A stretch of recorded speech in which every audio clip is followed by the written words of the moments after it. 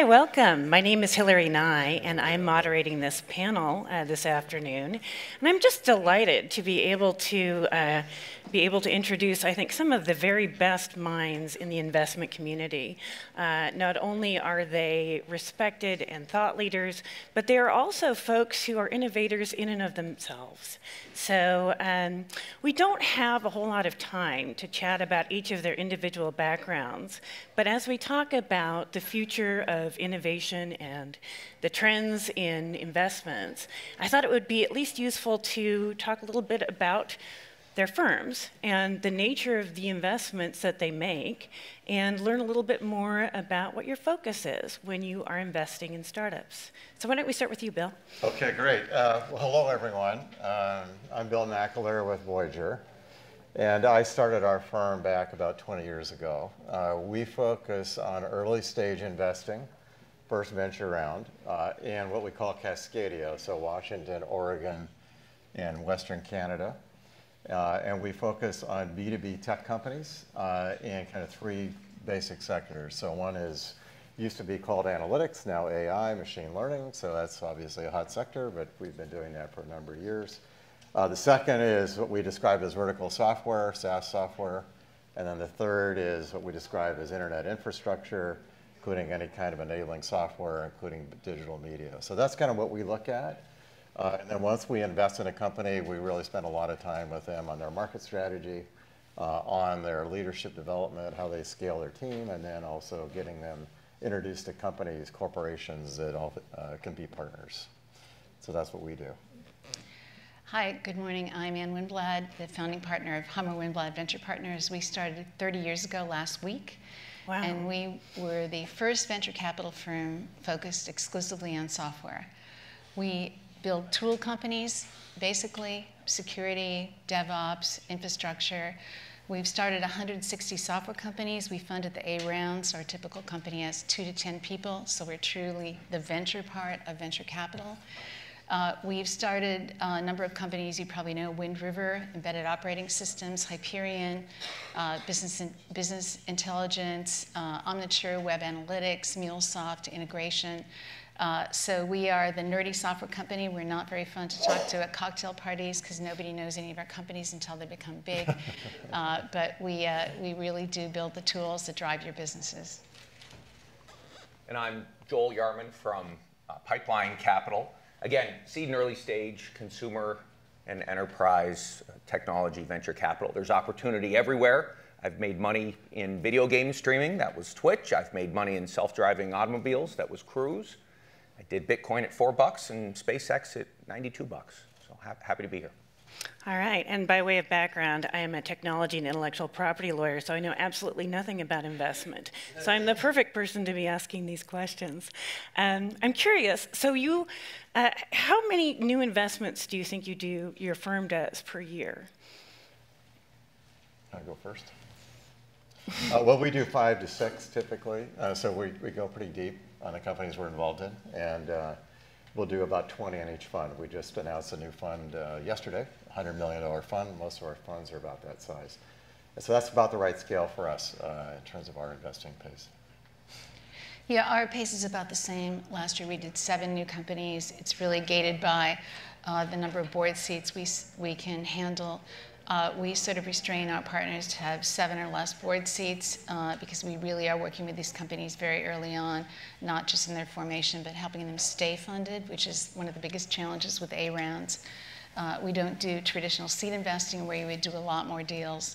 And if we have a lot of acquisitions or IPOs, we do more in a given year. We're investing our 8th fund, so in that fund we'll do about 20 companies. There's been such a glut of capital over the last 10 years that I've slowed my investing pace down. So 4.5 years in, I'm at 23 companies, but hopefully 24 with the last group that was up there. You can carve them out. I already gave him a term sheet, so you're too late. That's what you get now, right? See, he's reading it right now. Yeah, he's reading it now. Yeah, Ty's got it right there, so he's reading it. Well, Joel, talk about that a little bit more, the glut of different investment opportunities for both investors and for startups looking for funding. Well, as I see it, there's been two things happening. I mean, we've had one of the greatest runs ever, and so there's been many more dollars seeking higher yield, which has gone more and more into risk-loving asset classes like venture and private equity. And it could be to our detriment, although the benefit is thousands of companies that probably shouldn't have been funded are getting funded, and there's probably a few in there that really should have been getting funded. And there's probably one or two that could be the next Apple or SpaceX or Uber. And if you think about, I guess that's a con. The pro would be if you think about the result of this glut of capital. When's the last time the United States, or really ever any government, had a big successful public works project like the internet, like the shuttle program, like the Eisenhower interstate system? Now it's SpaceX, now it's cryptocurrency. Now it's Amazon, right, is the company store. And so even though people might cast stones, and me included, at SoftBank, maybe the benefit of $100 billion is you overfund and fund a lot of dumb ideas, but maybe that is taking over the role of what governments used to do. I would like to add something there. I think there's a glut of capital, but not necessarily a glut of venture capital. Last year, there was $115 billion invested in U.S. companies, but the number of companies receiving their first round of venture capital was the lowest since 10 years ago. So in last quarter, for example, actually Q2, I don't know the Q3 numbers, they just came out today. In Q2, or the first half of the year, we invested $54 billion in the U.S., which means we'll do more than $115 billion this year. But 50% of those deals were $100 million rounds or greater. So we've had a big change in venture capital, where from the traditional venture capitalists doing A, B, C, D, then go public, we have private equity doing private investing. We have sovereign wealth funds. We have family endowments doing direct investments. We have, rich individuals doing, very big investments in things like energy and space, et cetera. So it's a broader community of capital than what we traditionally call venture capital. But at the start, it's still a very small number of companies. 3,000 last year. In the U.S. got their first round of venture capital. That's not a lot of companies. That's a really good point. Yeah, and even a lower number that then got to the next round. Because there is quite a bit of fallout from that early stage angel or early stage venture to then getting to that, now what's called the A round. The other thing that's happened in financing right now is that what used to be called an A round traditionally, which was the first venture round, is now a seed round. And in the Valley, seed rounds can get up to $10, $15, $20 million. I mean, you guys are in there all the time. We don't see that as much in our region, where seed rounds are still probably in the $5 million maximum size. But there's been this massive glut of capital coming into the market, but underfunded on the early stage.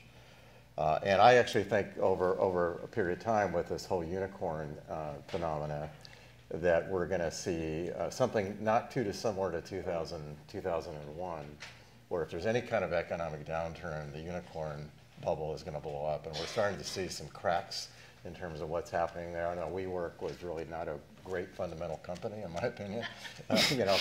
Questionable accounting, questionable management. But the issue is that there's over 300 of these unicorns, and there's just only so much pipeline that can actually get exits out. So I really like the fact that we're in early stage, because I don't really want to be in late stage, because I think it's going to be a tough market for people in late stage. So in this unicorn, the era of the unicorn, how does that impact your investment strategies from a VC's perspective? Well, one of the big impacts is that the bar has risen quite high to be a public company in what your top line revenue needs to be. When we took Hyperion public in the same year as Netscape, 1995, they went public off of a $25 million revenue year. They did $60 million the next year. Microsoft went public. Their year before they went public, they did under $100 million. So today, the typical company going public is at least 8 years old, more likely 10, and has over $300 million of revenue on the top line. So that's a long period of time. We're on these boards of our most successful companies. I was on the board of MuleSoft, which was a 5-person startup, went public, acquired by Salesforce for $6.7 billion for 10 years.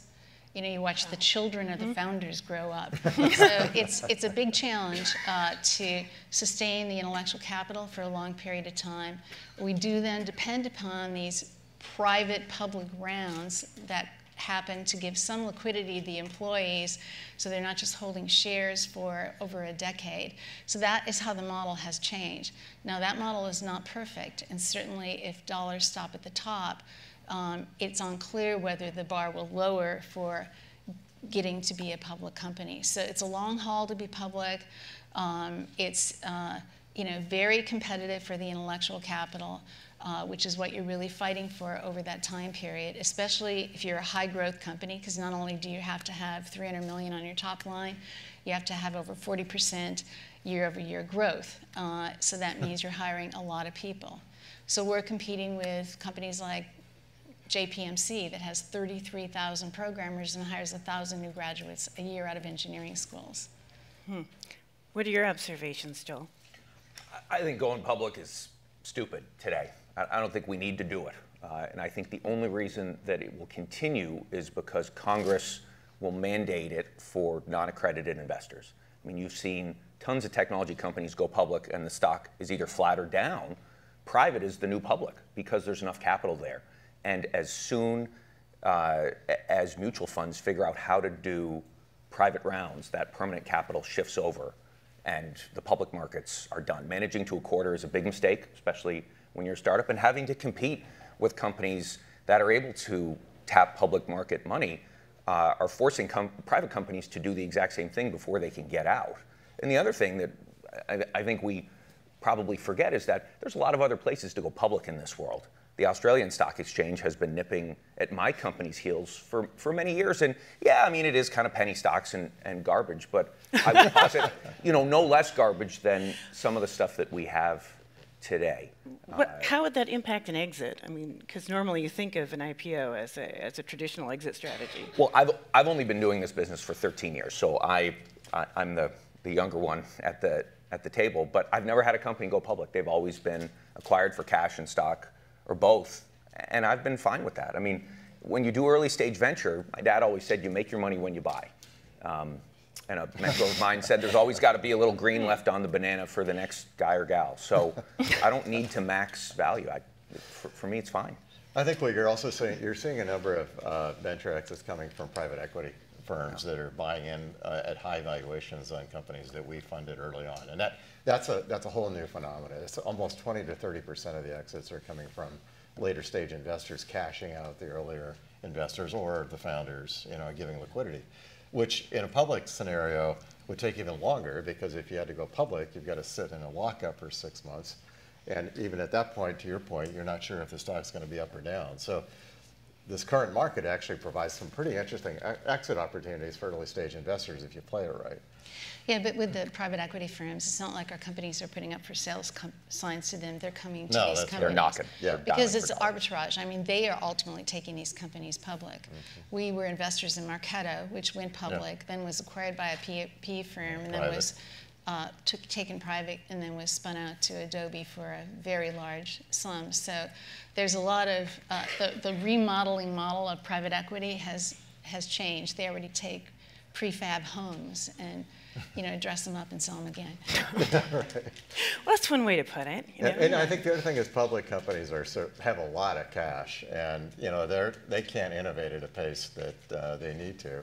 And so they're also a really viable exit opportunity. And that's why we spent a lot of time with our companies trying to get them to develop those relationships. We had a company in the video market in Portland called Elemental that Amazon bought for almost $400 million out of a couple of introductions we made, but it became their centerpiece for their video streaming strategy.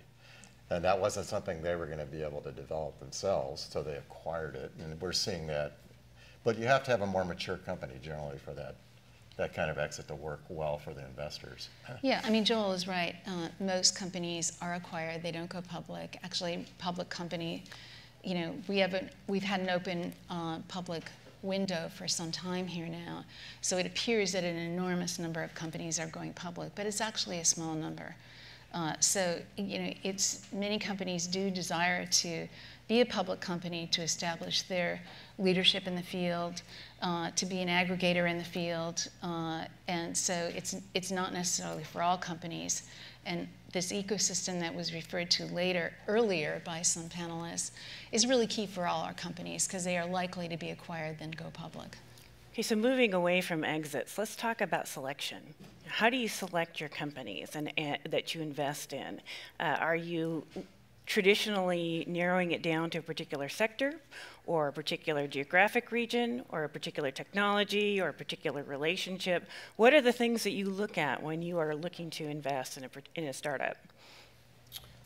Joel, we're all looking at you. For me, there's four things. People, right place, right time, luck, which less experienced managers will tell you is experience, but it's not, it's luck, and the idea. The idea's last. I don't think I can name any other company other than LinkedIn before it was acquired whose business model hasn't changed over the last X number of years as they've continued to grow. But as I think about my biggest winners and my biggest losers, it really does come down to the quality of the team. And I try to be the smallest part of that. I mean, too many cooks screw up the soup, and I'm very cognizant that I'm investing in the people that are changing the world, not the other way around. And it's important to know your place and just to associate yourself with the best people and then have enough experience to be able to put yourself in the path of luck. Well, we all have interesting jobs because our job every day is, we audition the future. And, we have tons of auditions. And we hang out with smart people like this and ask them, all of us that have been venture capitalists for a while, say, hey, we're actively funding companies. Let us know if you see any great ones. And, there is this, the future is imperfect. I mean, we have to sort of look at complexity, uncertainty as sort of guideposts to opportunity, which seems counterintuitive. You actually know if you have a natural athlete. We were a young venture firm, and Jeff Bezos was just getting started with Amazon, so he invited us, my partner John Hummer and I, to go up and pitch him. We saw all of these business cards of established venture capitalists sitting in front of us, which is a typical Jeff Bezos. I was going to say. And so we knew that's a strategy. We knew this was all for naught. And on our way up there, my partner says, why do we want to do online commerce in a bookstore? And I go, I don't know, let's just go meet this guy. Jeff Bezos could have told us anything and we would have written him a check. I mean, it was very, very clear that there was a natural athlete starting a company and that his vision was going to be bigger, even though he did not articulate it, bigger than selling books on the internet. So sometimes you know that, sometimes you don't. Yeah, isn't there a little bit of a danger, though, when you get that very charismatic founder who seems to have just this great idea but can't necessarily execute? And to your point, Joy, when do you jump in and say, this is somebody who's going out over their skis? So. Well, we like to say we look for a low asshole factor. Okay. In our CEOs. We want somebody who's going to be super passionate about what they're doing. But a lot of, and particularly in the region we're investing in, a lot of the entrepreneurs are product or engineering oriented, so they're very technical, which is great because they can come up with a great technical idea. But the idea of then getting some coaching, getting some mentoring, getting some pushing, some shoving, some help, we want an entrepreneur that's open to that. But on the other hand, has an opinion and actually can grow and motivate their teams. When we look at deals, I think the two key things is really market, and this is the typical VC refrain, right? Market and people. When we've seen companies fail, generally it's either been market timing was off. We invested in a personalization company back right after Amazon sort of launched their whole personalization effort back in 98, 99. What we didn't realize was that in order to get it actually out into the market was there were a whole bunch of dependencies. You had to have a content engine. You had to have, obviously, companies that had a good internet presence. And that company was way too early.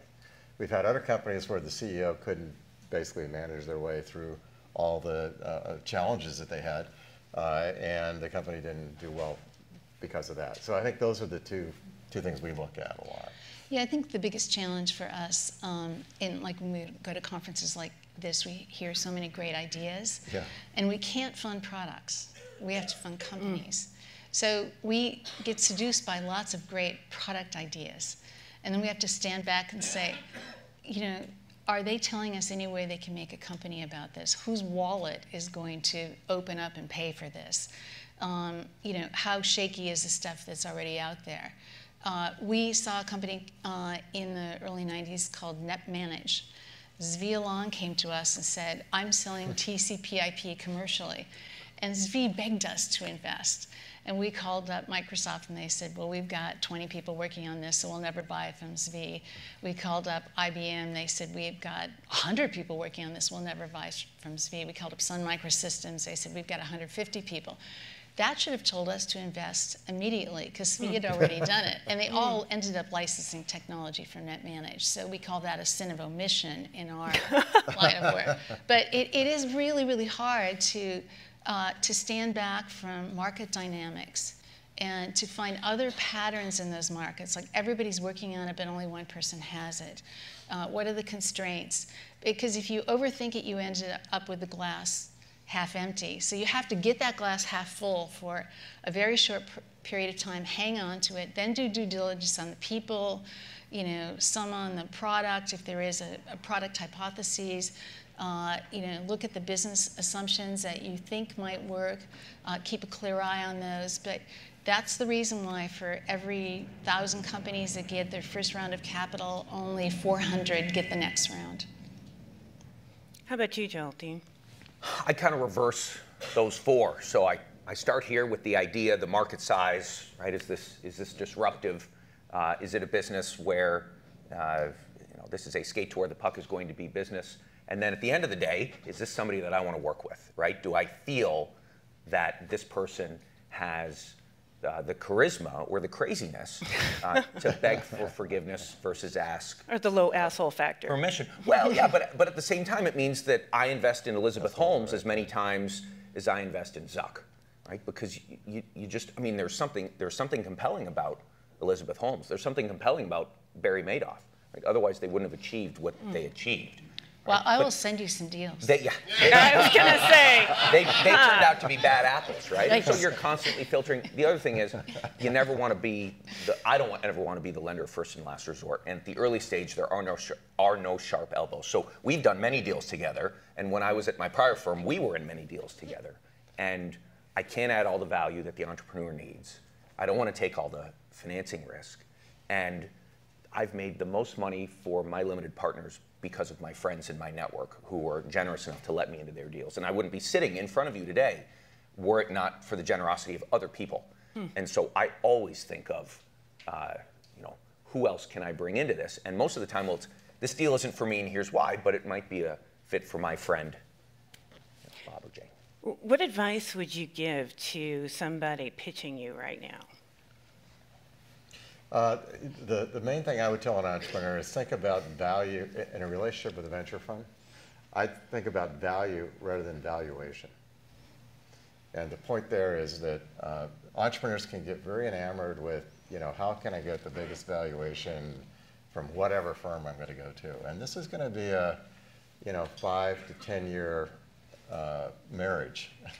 And so my biggest advice to an entrepreneur is go to firms that are in your sector, that at the right stage, and that you want to partner with, and then spend time really understanding who the partner is going to be, because there are vulture capitalists out there, there are venture capitalists, there's advisors, there's coaches, there's assholes, all of that. And what you really want to do as an entrepreneur is understand that this is going to be a long-term partnership. You know, it's amazing how many entrepreneurs never call any of the entrepreneurs we've funded. Yeah. You know, we call all of their friends, their family, their everyone in doing due diligence. So we all list all our investments on our websites, call our most successful investments and call our less successful investments, and ask how we work with them, what value we add, how we form a syndicate together, how we keep them funded. Do your due diligence. And even give your pitch to one of them as a practice.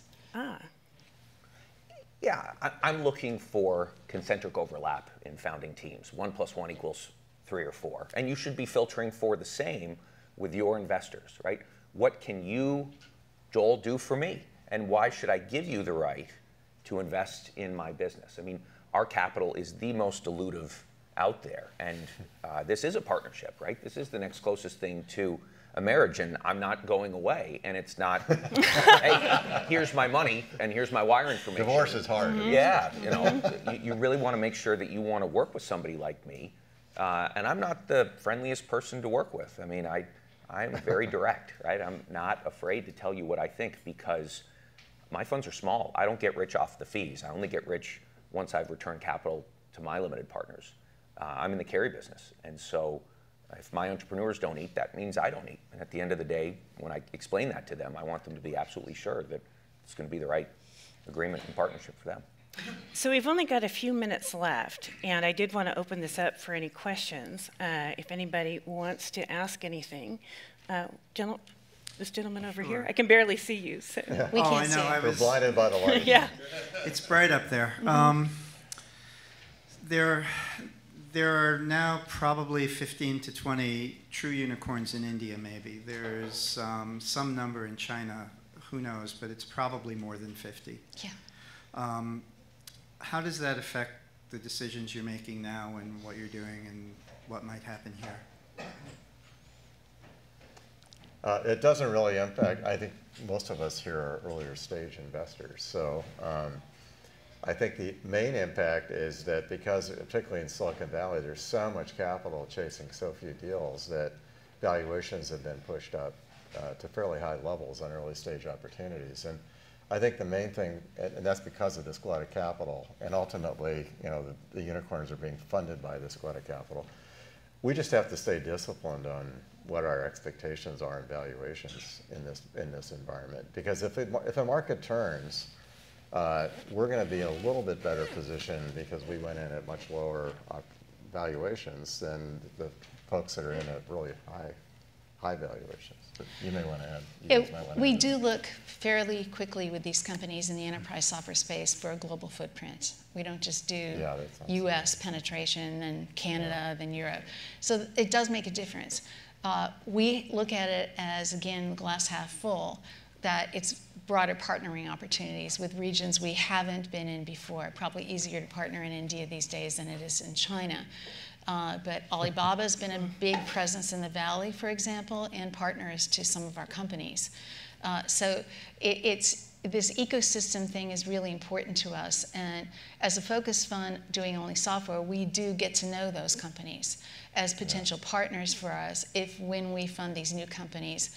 They're the giants in their area. So it is important. Global matters, and partnerships matter, and knitting ourselves into different ecosystems is important as well. Okay, we've got time for one more question. Do you want to add to that? No, let's just take another question. Okay, how about? First, just real briefly, one of the things I often get out of FiRe are good books to read, and in this context, if anyone in the audience would like to understand the language these smart folks are talking, I've just finished reading one called Secrets of Sand Hill Road by Scott Kapoor, and it's a really good introduction to understanding the way the wheels in this process turn. And I say that as a successful entrepreneur and an amateur investor these days. The question I've got for you guys briefly is, what's your practical ratio of companies you assess to companies you actually wind up investing in? If you take 5 to 7 in, how many do you see? I'll look at 100 over email to do calls with 30, to do second calls with 10, to do real diligence on 5, to negotiate with 3, to do 1-ish. Yeah, probably about the same. Pretty similar. Yeah, very similar. We're each seeing over 1,000 companies a year. Yeah. And we may end up on a board of one new one of that 1,000. And from multiple regions, you know, from all over. Okay, we're officially out of time. Thank you very much, Thank you. all of you. This is a lovely time.